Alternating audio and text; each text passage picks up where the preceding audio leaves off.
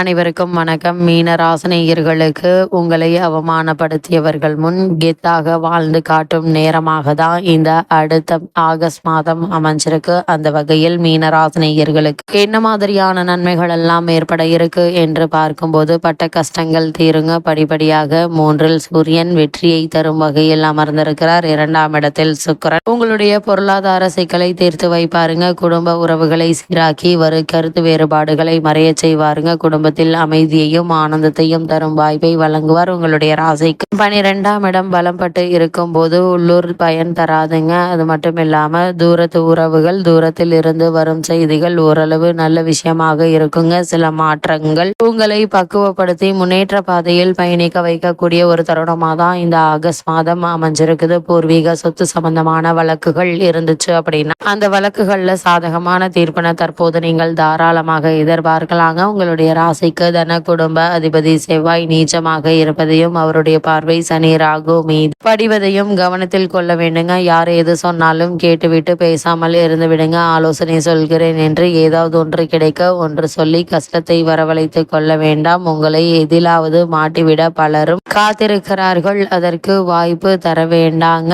அது மட்டும் இல்லாம இக்காலகட்டத்தை பொறுத்த வரைக்கும் எந்த ஒரு முயற்சிகளை மேற்கொண்டாலும் நிச்சயம் அவற்றில் உங்களுக்கு வெற்றி கிடைக்கும் என்பது கிரகங்களுடைய சஞ்சார நிலைகள் மீண்டும் மீண்டும் அறிவுறுத்தது. அதே போல் மீன ராசினியர்களை பொறுத்த வரைக்கும் இந்த ஆகஸ்ட் மாதம் முழுவதுமே மன அமைதி பாதிக்கப்பட்டு சிறு விஷயங்களுக்கு கூட நீங்கள் அதிகமாக பாடுபட வேண்டி இருக்குங்க. அப்படி பாடுபட்டாலும் நிச்சயம் உங்களுக்கு வெற்றி கிடைப்பது உங்களுக்கு மன ஆறுதலை தரும் விதமா அமைய இருக்குதுங்க. இக்காலகட்டங்கள்ல பெண்மணிகள் எழுதிச்சனியுடன் ராகவும் சேர்ந்திருக்கும் இத்தருணத்துல ராசிக்கு அதிபதியான குரு பகவான் அர்த்தாஷ்டக ராசியில் சஞ்சரிப்பதால் உடல் உபாதைகள் ஏற்படுவதற்கான வாய்ப்புகள் இருக்கு. அதனால் உடல் ஆரோக்கியத்தில் அதிக கவனம் செலுத்துங்க. சிறு உடல் உபாதை என்றாலும் உடனே மருத்துவரிடம் அணுகுவது நல்லது. கிரக நிலைகளின் ரீதியாக கூறப்படும் பரிகாரம் என்ன என்று பார்க்கும்போது, அருகிலுள்ள திருக்கோவில் ஒன்றில் தீபத்தில் வியாழக்கிழமை நெய் தீபம் ஏற்றி வழிபடுங்க. எண்ணற்ற நன்மைகள் உங்களுடைய வாழ்வில் ஏற்படும்.